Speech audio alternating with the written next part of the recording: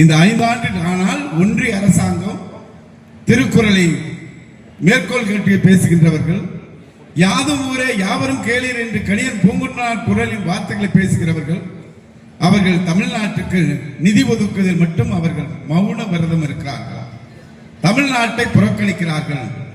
ஆகவே இந்த தேர்தலை பொறுத்த வரைக்கும் நமக்கான மிக மிக முக்கியமான தேர்தலாக நாம் பார்க்கிறோம். எதற்காக இந்த கூட்டம் எதற்காக நடைபெறுகிறது?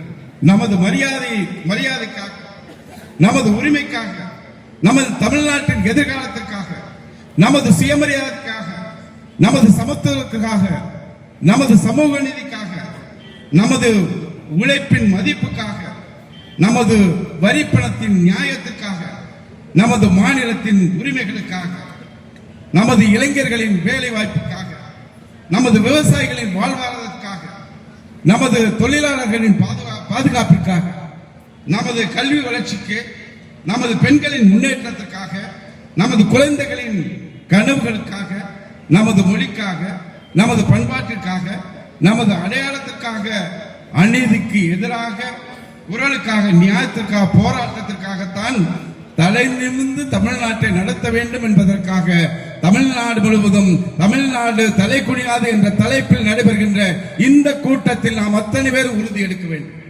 இன்னும் ஒரு 60-70 நாட்கள் கண்துஞ்சாது கழகத்துடைய தொண்டர்கள் அத்தனை பேரும் எல்லார் இல்லத்துக்கு செல்வோம்.